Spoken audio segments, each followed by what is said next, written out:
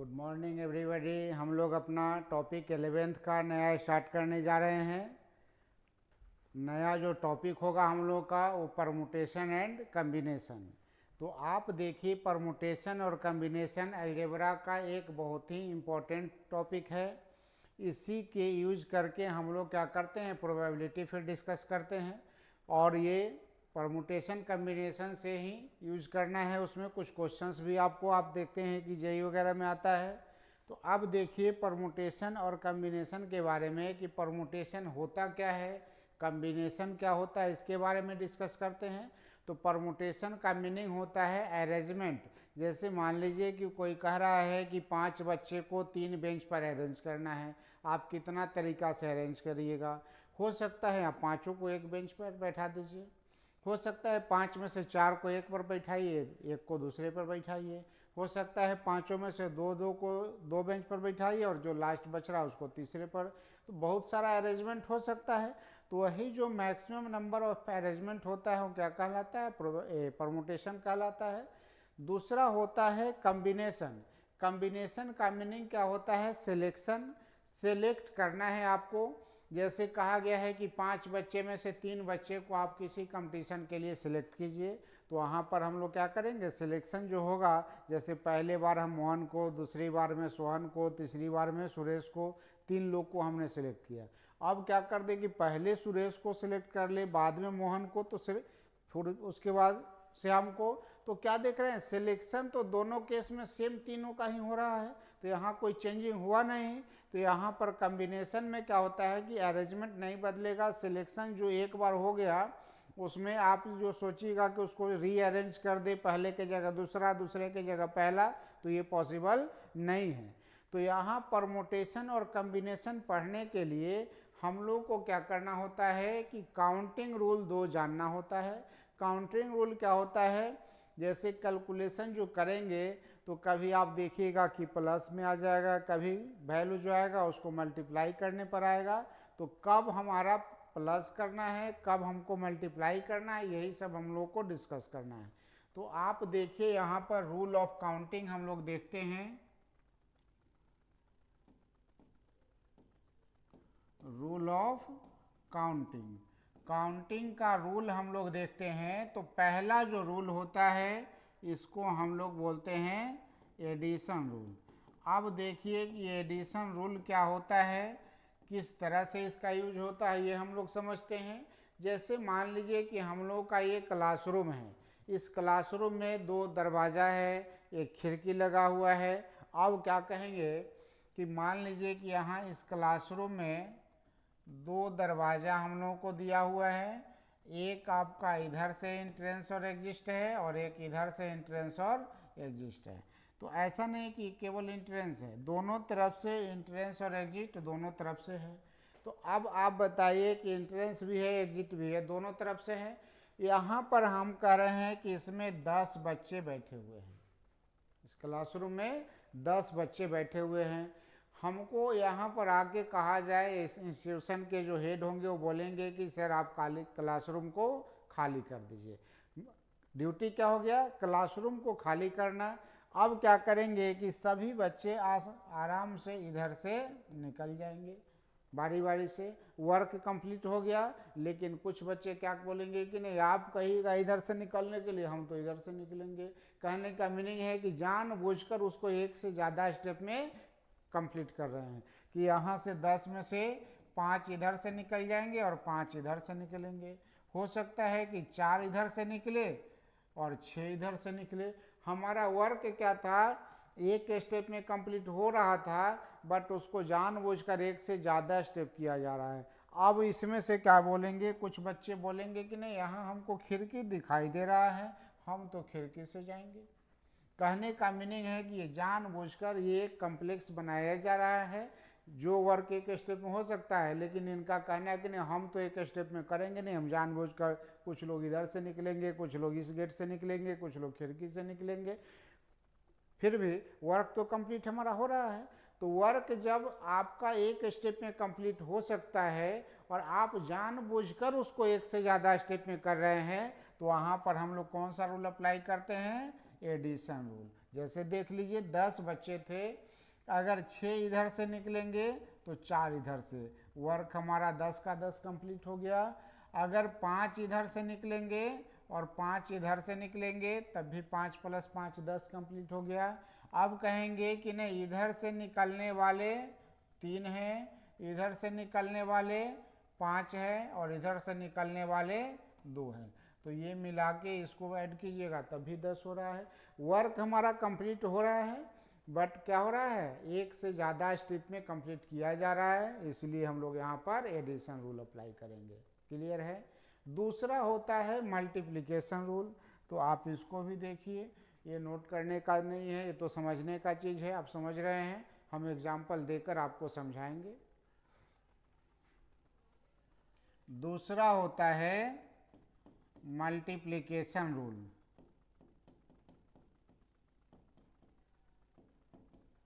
ये multiplication rule क्या होता है, अब ये हम लोग समझिए।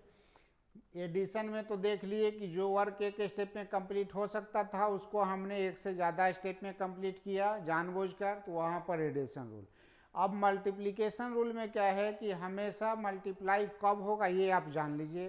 तो मल्टीप्लाई होने का कंडीशन क्या है कि जो वर्क एक स्टेप में कभी पूरा हो ही नहीं सकता है, वहाँ पर हम लोग कौन सा रूल अप्लाई करेंगे, मल्टीप्लिकेशन रूल। अब कहिएगा कि ऐसा कौन सा वर्क है जो ये कंप्लीट नहीं हो सकता है। हम मान लीजिए कि आपको कोई वर्क दे रहे हैं कि आप अभी क्लासरूम में बैठे हुए हैं, हम बोलते हैं कि आप अपने घर से जाइए और कोई बुक लेकर आ जाइए, तो कहाँ आइएगा, फिर रिटर्न होके क्लासरूम में आइएगा। तो आप देख रहे हैं कि क्लासरूम में थे, हम आपको घर भेज रहे हैं और फिर क्लासरूम में बुला रहे हैं। वर्क मेरा कितना स्टेप हो रहा है, पहला स्टेप में आप घर जा रहे हैं और दूसरे स्टेप में घर से क्लासरूम में आ रहे हैं। क्या आप घर जाके रुक जाइएगा, मेरा वर्क कंप्लीट होगा, नहीं होगा। तो नहीं होगा तो अब यहाँ ऑप्शन देखना है कि क्लासरूम से घर जाना है, कितना तरीका से आप जा सकते हैं। आप चाहे बस से जा सकते हैं, आप चाहे ऑटो से जा सकते हैं, आप चाहे बाइक से जा सकते हैं। तो आप देख रहे हैं कि जाने के लिए हमने आपको 3 ऑप्शन दिया, अब रिटर्न होने के लिए भी तो 3 ऑप्शन हो सकता है। आप बाइक से जा सकते हैं, आप बस से आ सकते हैं, आप ऑटो से आ सकते हैं। तो आप देखिए कि अब यहाँ पर क्या करना है कि अब कितना प्रोसेस हुआ। आप जा रहे हैं बाइक से और बाइक से ही लौट के आ जा रहे हैं, पहला तरीका। आप जा रहे हैं बाइक से, बस से लौट के आ रहे हैं, दूसरा तरीका। आप बाइक से जा रहे हैं, ऑटो से आ रहे हैं, तीसरा तरीका। फिर इसी तरह से आप बस से जा रहे हैं और बाइक से आ रहे हैं, चौथा तरीका। बस से जाके बस से ही लौट रहे हैं, पांचवा तरीका। बस से जाकर ऑटो से आ रहे हैं, कितना, छठा तरीका। फिर देखिए कि ऑटो से जाते हैं, बाइक से चले आते हैं, सातवां तरीका। आप ऑटो से गए और बस से चले आए, आठवां तरीका। और ऑटो से गए और ऑटो से ही चले आए, तो कितना, 9 तरीका हुआ। अब बताइए कि यहाँ पर 3-3 ऑप्शन है, तो हम लोग इसको मिलाकर देख लिए। अब कहा जाता कि यहाँ से पटना जाने के लिए 100 बस चलती है, पटना से यहाँ आने के लिए भी 100 बस चलेगी। तो आप बताइए कि हम लोग यहाँ पर मुजफ्फरपुर में हैं, पटना जाना है, फिर मुजफ्फरपुर में आना है।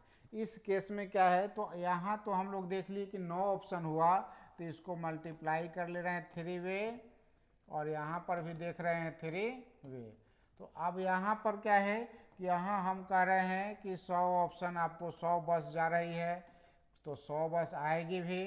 अब क्या करना है, यहाँ पर हमको दिया गया है 100 बसेज है, और यहाँ पर भी है। अब क्या कहा गया है कि टोटल कितना तरीका से आप पटना जाकर मुजफ्फरपुर लौट सकते हैं। अब जरा देखिए यहाँ पर, अब क्या ऐसे लिखकर मिलाना संभव है, नहीं है। तो इसलिए यहीं पर हम लोग को ध्यान देना है कि टोटल वे जो हमारा आया था 9, वो कैसे आया था, तो 3 × 3 करने पर 9 आया था। तो यहाँ पर भी अगर हमको कहा जाए कि टोटल वे कितना होगा, तो 100 × 100 कर देंगे, मल्टीप्लिकेशन तो आप लोग को आता है, कितना हो जाएगा, ये 10,000 हम लोग के पास ऑप्शन हो गया। तो आप देखिए कि मल्टीप्लिकेशन रूल कहाँ यूज हुआ है, तो मल्टीप्लिकेशन रूल यूज हुआ जब वर्क हमारा एक से ज़्यादा स्टेप में कंप्लीट होता है, मोर देन वन स्टेप में कंप्लीट होता है, जो कभी एक स्टेप में कंप्लीट नहीं हो सकता है, उस केस में हम लोग कौन सा रूल अप्लाई करेंगे? मल्टीप्लिकेशन रूल अप्लाई करेंगे। कोई दिक्कत नहीं। तो आप यहाँ देख लिए कौन कौन सा टर्म समझ लिए, एडिशन रूल और मल्टीप्लिकेशन रूल। तो परमुटेशन कम्बिनेशन में दो ही रूल जानना है काउंटिंग का, एक मल्टीप्लिकेशन और दूसरा एडिशन, जो दोनों हम लोग समझ चुके हैं। अब क्या करना है कि हम लोग इसके आगे एक छोटा सा एग्जाम्पल आपको समझा देते हैं, तब हम फिर आगे बढ़ेंगे। इसको नोट कर लीजिए। एक छोटा सा एग्जाम्पल ले रहे हैं। हम लोग कह रहे हैं कि इन एनी मूवी थिएटर, किसी मूवी थिएटर में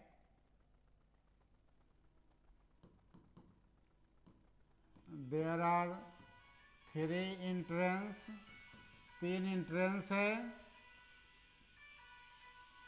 और क्या है, एंड 2 एग्जिट।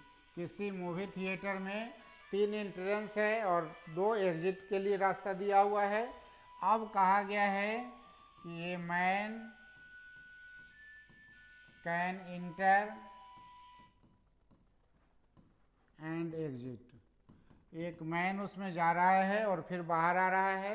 आपसे कहा जाएगा कि find total number of way. Total number of वे आप निकालिए। वर्क आप देखिए, यहाँ क्वेश्चन में आपको यही समझना है कि वर्क कितना स्टेप में कंप्लीट हो रहा है। तो आप देखिए क्या कह रहा है कि किसी मूवी थिएटर में 3 हमारा इंट्रेंस है और 2 एग्जिट है। यहाँ पर दिया हुआ है 3 इंट्रेंस है और 2 एग्जिट है। अब क्या करना है, तो आपको यहाँ आप देख लीजिए, मान लीजिए कि यहाँ हम लोग एक मूवी थिएटर का ये टर्म बना देते हैं और क्या कह रहे हैं, इसमें यहाँ से और यहाँ से इंट्रेंस हो गया। और फिर देखिए एग्जिट के लिए कह रहे हैं कि एक इधर है और दूसरा इधर है। अब देखिए कि ये जो टर्म हमारा है इंट्रेंस हो गया, यहाँ पर जो टर्म है ये इंट्रेंस हो गया, ये क्या हो रहा है, एग्जिट के लिए है। तो अब आप देख रहे हैं कि कोई आदमी जाके कितना तरीका से आ सकता है। ये सब लोग जाके अंदर बैठ जाए तो क्या मेरा वर्क कंप्लीट होगा? नहीं होगा ना। जब तक जाके बाहर नहीं निकलेंगे तब तक वर्क कंप्लीट नहीं होगा। तो आपको यही ध्यान देना है कि वर्क कितना स्टेप में पूरा हो रहा है, 2 स्टेप, मोर देन 1 स्टेप में कंप्लीट हो रहा है। तो रूल कौन सा अप्लाई होगा? मल्टीप्लिकेशन। तो यहाँ पर लिखेंगे टोटल नंबर ऑफ वे, या इसके पहले आप चाहे तो कुछ स्टेटमेंट लिख सकते हैं कि यहाँ पर लिखेंगे कि वे टू एंट्रेंस 3, फिर आप लिख सकते हैं कि वे टू एग्जिट 2 है, तो आप लिखेंगे कि टोटल वे, टोटल तरीका कितना हो जाएगा, 3 × 2 6 वे हो गया। यानी कि यहाँ पर ये क्लियर हो चुका है कि आदमी पहले मूवी थिएटर में इन करेगा फिर मूवी थिएटर से बाहर आएगा। ऐसा कभी नहीं हुआ है कि जो आदमी जाए मूवी थिएटर में वहीं पर जाके रह जाए, नहीं लौटेगा, फिर दूसरे लोग कैसे जाएंगे। तो यही ध्यान देना है कि मूवी थिएटर में जाने के लिए 3 एंट्रेंस था, एग्जिट के लिए 2 रास्ता था। अब निकलना है तो वर्क हमारा कितना स्टेप में, 2 स्टेप में, पहले स्टेप में इन करेंगे, दूसरे स्टेप में आउट होंगे। तो 2 केस में बन रहा है, इसलिए दोनों को हम लोग क्या किए, मल्टीप्लाई कर लिए। कोई दिक्कत नहीं, यहाँ तक में क्लियर है। चलिए नोट कर लीजिए, इसको इरेज कर देते हैं। अब देखिए हम लोग क्या करते हैं, ये तो एडिशन मल्टीप्लिकेशन रूल का कंसेप्ट क्लियर हो गया है। अब हम लोग को यहाँ पर जानना है, एक टॉपिक होता है फैक्टोरियल।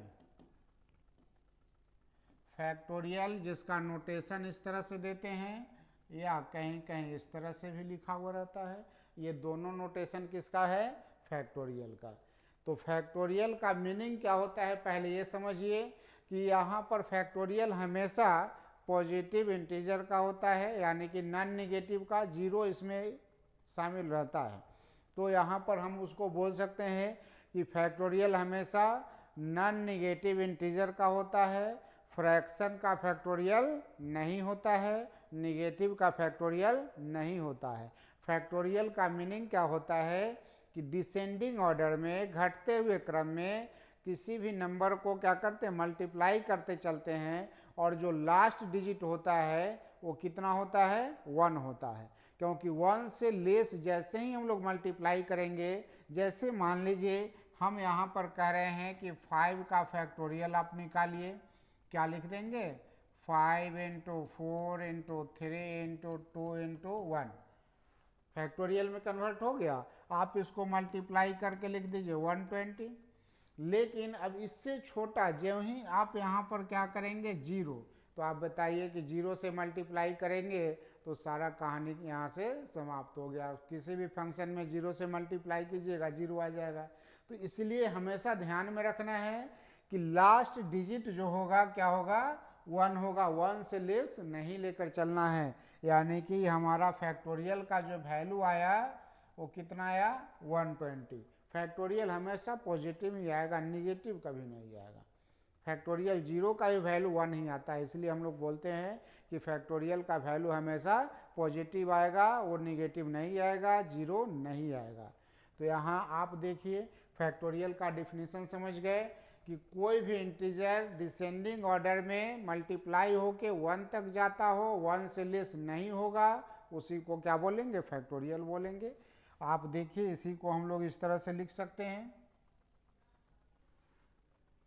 यहाँ पर लिखते हैं n का factorial n into n minus 1, n minus 2, n minus 3, क्या देख रहे हैं, एक एक माइनस कर रहे हैं। यहाँ से 1 माइनस हुआ, यहाँ 2 माइनस हुआ, यहाँ 3 माइनस हुआ। ये घटते घटते घटते जा रहा है कहाँ तक, डैश डैश टू। आप इसको घटते घटते कहाँ तक ले जाना है, पॉजिटिव इंटीजर कहाँ तक, सबसे लेस 1 तक है। तो आप लिखेंगे 3 2 1, 1 से लेस नहीं होगा, 1 से लेस कीजिएगा तब तो क्या हो गया, 0, और 0 से मल्टीप्लाई होगा तो सारा टर्म 0। तो यही हमारा फैक्टोरियल का डेफिनीशन होता है कि किसी भी इंटीजर को डिसेंडिंग ऑर्डर में 1 तक मल्टीप्लाई कर दीजिए, वही उसका क्या कहलाएगा, फैक्टोरियल कहलाएगा। क्लियर है। आप देखिए छोटा सा एग्जाम्पल कह रहे हैं कि 6 का फैक्टोरियल है, 6 का फैक्टोरियल है तो आप लिखेंगे 6 into 5 into 4 into 3 into 2 into 1। आप इसको लिख सकते हैं। तो ये कितना हो जाएगा, इसका वैल्यू आ गया हमारा 720। ठीक है। आप चाहे तो इसको ऐसा भी लिख सकते हैं, 6 इंटू, इसको देखिए 5 into 4 into 3 into 2 into 1, regular number है डिसेंडिंग ऑर्डर में, तो इसको हम लोग क्या लिख सकते हैं, 5 का फैक्टोरियल भी लिख सकते हैं। और अगर लिखना चाहे तो 6 इंटू 5 को छोड़ देते हैं, तो फिर यहाँ 4 से देखिए 1 तक, तो इसको हम लोग 4 का फैक्टोरियल लिख सकते हैं। तो आप देखिए कि इस तरह से तो अरेंज कर सकते हैं। अब कहाँ इसका यूज होगा, अभी तो कहे कि फैक्टोरियल को 1 तक मल्टीप्लाई कर दीजिए, डिसेंडिंग ऑर्डर में वैल्यू आ जाएगा। लेकिन अब फिर इस फॉर्मूला में इस फॉर्म में लिखना है, ऐसा कब यूज करना है, तो जैसे 2 फैक्टोरियल वाला टर्म अगर डिवीजन में दिया गया है, 2 फैक्टोरियल वाला टर्म माइनस में दिया हुआ है, 2 फैक्टोरियल वाला टर्म प्लस में दिया हुआ है, तो वहाँ क्या करेंगे, कॉमन करने के लिए हमको ये ऑप्शन मिलेगा। जैसे देखिए आप यहाँ पर यूज कर सकते हैं कि इफ 6 फैक्टोरियल या 8 फैक्टोरियल बाई 4 फैक्टोरियल, यहाँ पर कहा गया है 6 फैक्टोरियल बाई 4 फैक्टोरियल है, इसका वैल्यू कितना होगा बताइए। तो क्या हम लोग डिवाइड कर दें, 4 से 4 2 जा 8 कर देते हैं, कैंसिल हो गया, 2 लिख सकते हैं। तो ऐसा नहीं है, नंबर रहता तो वहाँ पर कर देते, बट यहाँ नंबर किसके साथ है, फैक्टोरियल के साथ। और फैक्टोरियल का वैल्यू आप जान चुके हैं कि उसको डिसेंडिंग ऑर्डर में लिखना है। तो कहाँ तक लिखेंगे आप देखिए, 8 फैक्टोरियल है तो 8 7 6 5 4 का फैक्टोरियल। यहाँ 4 का फैक्टोरियल इसलिए छोड़ दे रहे हैं कि डिनोमिनेटर में हमारे पास 4 का फैक्टोरियल ऑलरेडी है। अगर नहीं रहता तो 4 इंटू 3 इंटू 2 इंटू 1, मतलब ऐसा भी आप कर सकते थे। देखिए यहाँ पर हम लोग कर रहे हैं 4 3 2 1, और यहाँ पर भी लिखते 4 फैक्टोरियल को 4 3 2 1। इससे ऐसे कैंसिल कर सकते थे। तो ये हमारा वैल्यू आ गया कितना, यहाँ 5 इंटू 6 30 इंटू 7 210 इंटू 8, तो यहाँ पर हो जाएगा कितना 1680, यही हो जाएगा। अब देखिए यहाँ पर क्या कर रहे हैं कि इस तरह से हम लोग इसको सॉल्व कर सकते हैं, या इसी को क्या करते हैं यहाँ पर लिख देते हैं ऐसा 8 फैक्टोरियल को 8, यहाँ से हम लोग लेकर चल रहे हैं 8 इंटू 7 इंटू 6 इंटू 5 इंटू 4 का फैक्टोरियल, और यहाँ पर भी है 4 का फैक्टोरियल, ये दोनों कैंसिल हो जाएगा। तो ये वैल्यू आ गया कितना, फिर तो यही मल्टीप्लाई होके आएगा वो 1680, कोई दिक्कत नहीं। तो इस तरह से हम लोग क्या कर सकते हैं, फैक्टोरियल को क्लियर कर सकते हैं। तो आप बताइए कि यहाँ पर परमुटेशन कम्बिनेशन पढ़ने के लिए ये सब हम लोग एक बेस तैयार कर रहे हैं। पहले तो हम लोग देखे रूल ऑफ काउंटिंग, तो काउंटिंग रूल 2 हम लोगों को मिला, एक आपका एडिशन रूल, दूसरा आया मल्टीप्लिकेशन रूल। अब क्या करना है, यहाँ पर हम लोग उसको क्लियर करने के बाद देख रहे हैं कि ये फैक्टोरियल नोटेशन के बारे में हम लोग को जानना है। तो फैक्टोरियल नोटेशन हम लोग जान लिए कि कोई भी इंटीजर, और वो इंटीजर कौन सा होना चाहिए, पॉजिटिव इंटीजर, डिसेंडिंग ऑर्डर में अगर 1 तक मल्टीप्लाई होता है तो उस फैक्टोरियल का वैल्यू मिल जाता है। यही हम लोग यहाँ पर लिखे हैं। n था उससे जस्ट छोटा n-1, जस्ट छोटा n-2, इस तरह से डिसेंडिंग ऑर्डर में कहाँ तक गया, 1 तक। हमने एक एग्जाम्पल भी आपको बताया, आप इस तरह से भी इसको लिख सकते हैं। तो बोलिए फैक्टोरियल तो अभी तक का क्लियर है। अब इसके बाद देखते हैं इसमें वैल्यू निकालने के लिए, तो इसको ज़रा नोट कर लीजिए, फिर इसको इरेज करके आगे बढ़ते हैं हम लोग। अब यहाँ पर एक एग्जाम्पल हम लोग देखते हैं। क्वेश्चन में दिया जाएगा कि कन्वर्ट इन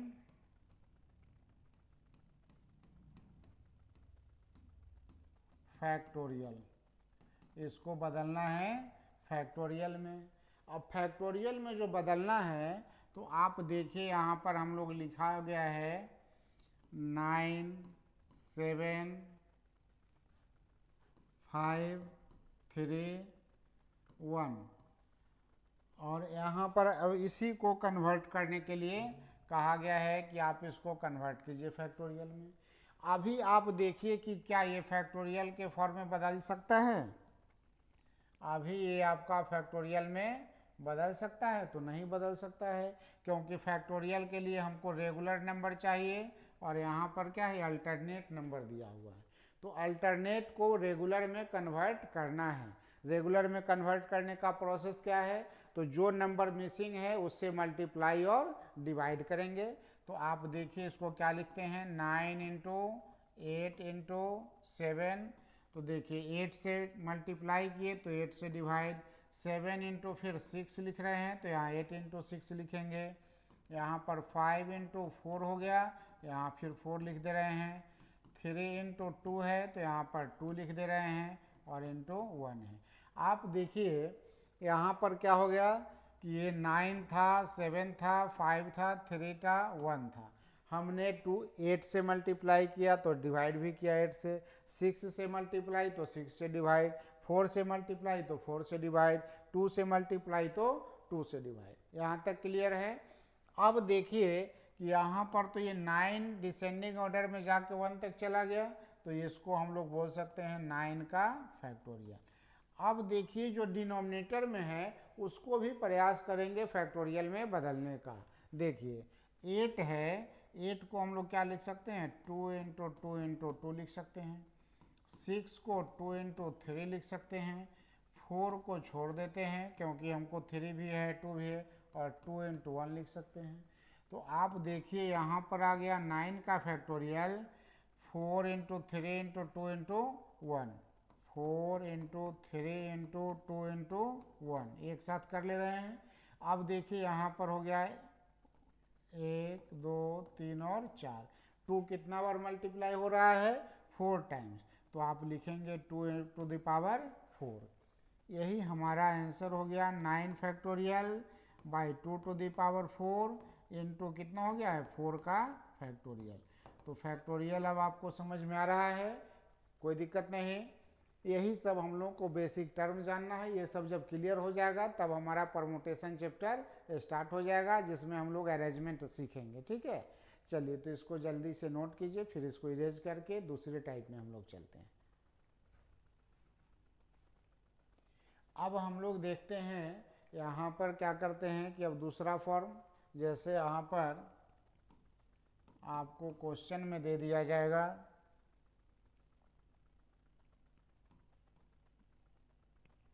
यहाँ पर कोई क्वेश्चन दे दिया गया है, इवैल्यूएट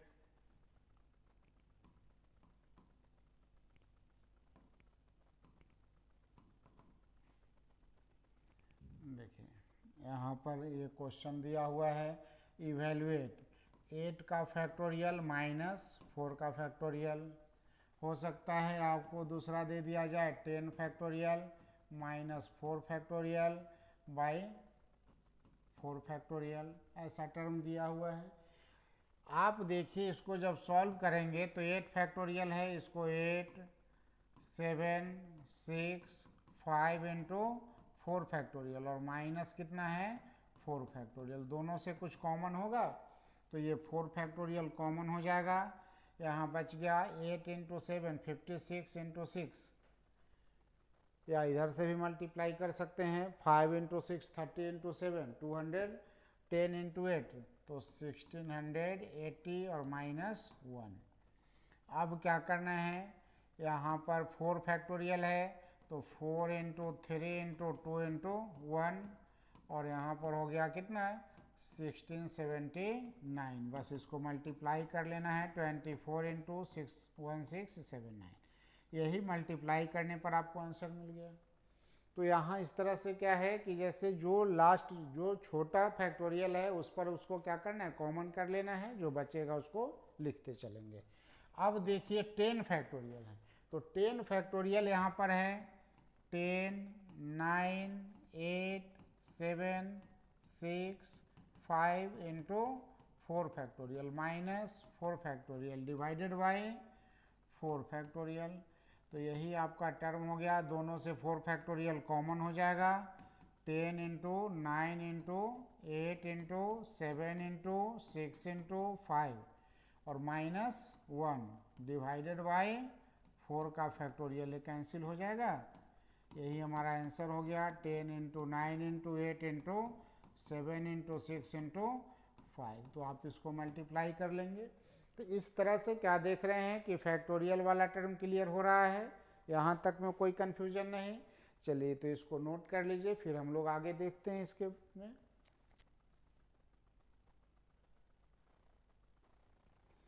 अब देखिए एक और टाइप हो सकता है, आपको यहाँ क्वेश्चन दिया रहेगा दूसरा टाइप में, देखिए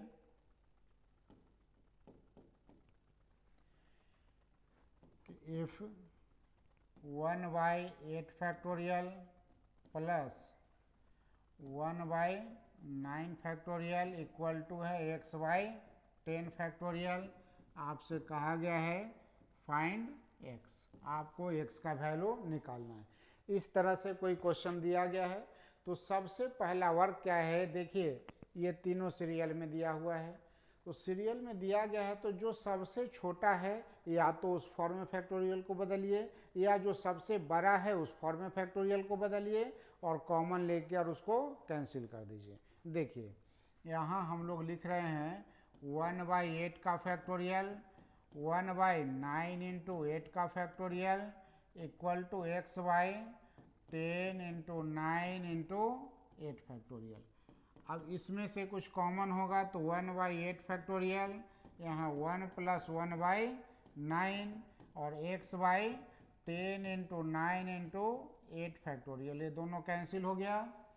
अब देखिए यहाँ पर एलसीएम हो गया 9 प्लस 1 इक्वल टू हो गया x बाई 10 इंटू 9 से फिर 9 कैंसिल हो रहा है तो यहाँ कितना बच गया 10 इक्वल टू है x बाई 10, यहाँ बोल सकते हैं x इक्वल टू 100।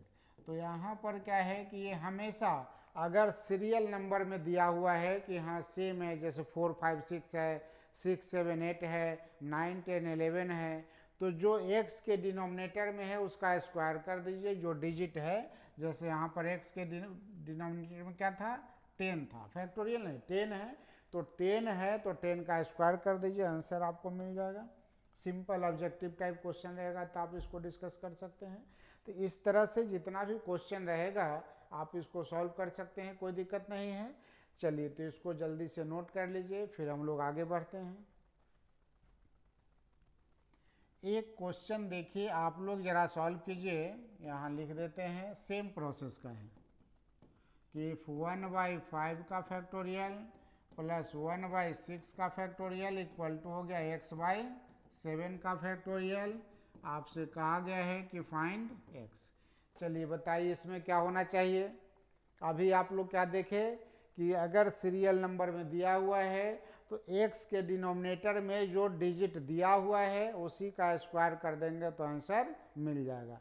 तो बोलिए इसमें कितना हो जाना चाहिए, x के डिनोमिनेटर में कितना दिया हुआ है 7, तो हम लोग यहाँ पर बोल सकते हैं x इक्वल टू 7 का स्क्वायर कितना 49। सॉल्व करके देखेंगे यही आएगा, कोई अंतर नहीं आएगा। तो इस तरह से क्या हम लोग का टॉपिक जो है rule of counting permutation combination के लिए और ये फैक्टोरियल, ये दोनों क्लियर हो गया है। अब अगले क्लास में हम लोग क्या करेंगे, परमुटेशन स्टार्ट करेंगे। तो इस आज के लिए इतना ही, इसको नोट कर लीजिए, क्वेश्चन घर पे सॉल्व कीजिएगा एक्सरसाइज से। जो डाउट होए उसको आप हमारे व्हाट्सएप पर भेज सकते हैं 895264, या आप हमारे YouTube channel VC sir maths पर इसका वीडियो आप देख सकते हैं। तो इसके लिए आपको क्या करना पड़ेगा, चैनल को सब्सक्राइब करना पड़ेगा, तब आपको प्रत्येक वीडियो का नोटिफिकेशन आपको जाएगा। और उसके बाद आप चाहे तो प्ले स्टोर से आप डाउनलोड कर सकते हैं VC सर मैथ्स, और इस पर बहुत सारा वीडियोस भी है। आपको थ्योरेटिकल कंटेंट भी डाला हुआ है, DPPS भी है, ये सब आप पढ़ सकते हैं। तो आज के लिए बस इतना ही, मिलते हैं फिर नेक्स्ट क्लास में। Good bye.